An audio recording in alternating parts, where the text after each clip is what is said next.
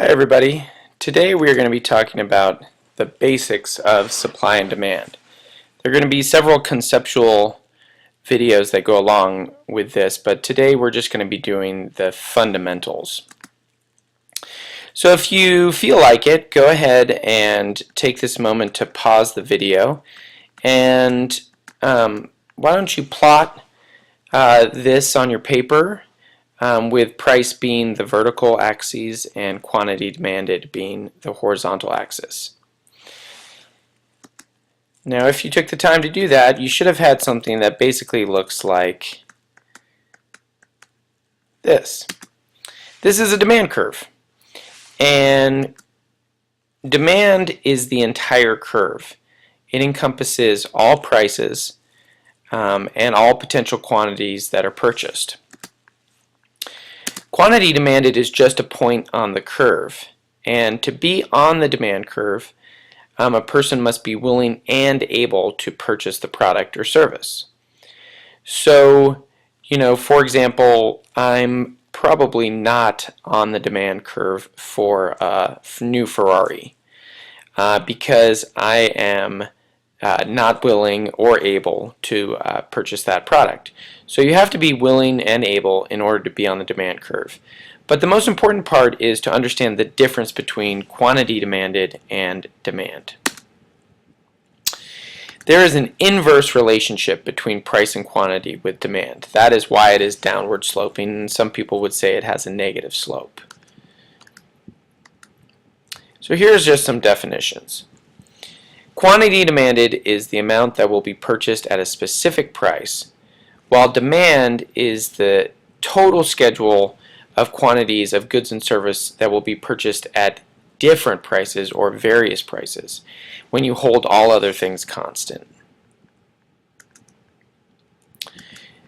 So again, to just illustrate this point and really hammer it home, what you really need to understand is that price will change quantity demanded. It will move that point up and down the curve, but price does not change demand because the demand curve already encompasses every possible price for that good. So take, for example, a new jacket. The demand for that jacket already encompasses how many people would buy it at $20, $40, $70, $100, and $200. And so price does not change the demand for that jacket. Now later on we're going to be discussing how other things might change actual demand for that jacket, like people's tastes and preferences, potentially the climate that they live in, people's income, and other things. But price does not change the demand curve. So again, just to really drive it home, quantity demanded is changed by price. There's only one variable that changes quantity demand. That is price. Price does not change demand. So one term that is often thrown around in books that is often confusing for students is this term budget constraint. It's a pretty simple concept, but it sounds difficult to understand. But basically, it's the idea that every single person has a limited amount of income, and they must allocate that income to a bunch of different things: rent, utilities, food, clothing, etc. And so because of that, individuals are going to have a different level of demand for different products based on their income. So the last concepts that we're going to touch on in this basic intro are three reasons that the demand curve that you saw is downward sloping. The first reason that it is a negative slope and downward sloping and looks the way that it does is called the substitution effect. And the substitution effect is basically the idea that if the price goes up for a product, consumers begin looking for substitutes. So take, for example, like the picture, Coca-Cola and Pepsi. if the price of Coca-Cola began to rise, even if you were a loyal Coca-Cola customer, at some point, based on your budget constraint, you would begin looking for a substitute, which might be Pepsi. To give another example, if the price of gasoline continues to increase, you will see more and more people at some point switching to public transportation, smaller cars, riding a bike, etc. Now you might say to yourself, no, I need to get to my job. I'm always going to drive a car no matter what the price of gasoline is. But every single person has a budget constraint, and that's where that term comes in. And at some point, you will change your behavior and start to look for a substitute. The next reason that the curve is downward sloping is called the buying power or income effect. And basically this idea is that lower prices increase the power of the dollars in your wallet. So for example, say that you have $100 in your wallet.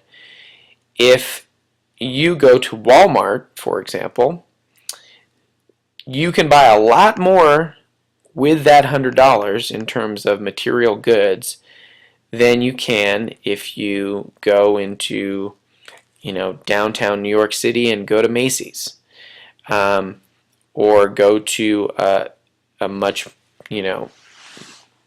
higher level store, we'll say. And so if you think about it, the reason that we buy more when the price of things is less, which is basically the law of demand, that people buy more when the price is low, is because the value of our money is higher and goes further when prices are low. The last reason that the curve is downward sloping is diminishing marginal utility. And this is the idea that people are not satisfied with consuming the same item over and over again. So utility is an economic term. It means satisfaction. And we buy goods because we get utility from them. So the law of diminishing marginal utility states that as you consume more units of any good, the additional satisfaction from each additional unit will eventually start to decrease. In other words, the more you buy of any good, the less satisfaction you get from each new unit. So picture yourself with, a box full of donuts in front of you. You might get a high level of satisfaction from the first donut. But as you continue to consume more and more donuts, you will become less satisfied and eventually you'll become sick.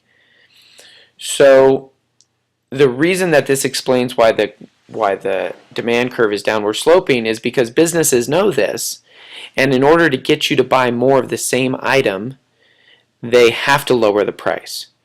So picture yourself out in the mall. What do you continually see?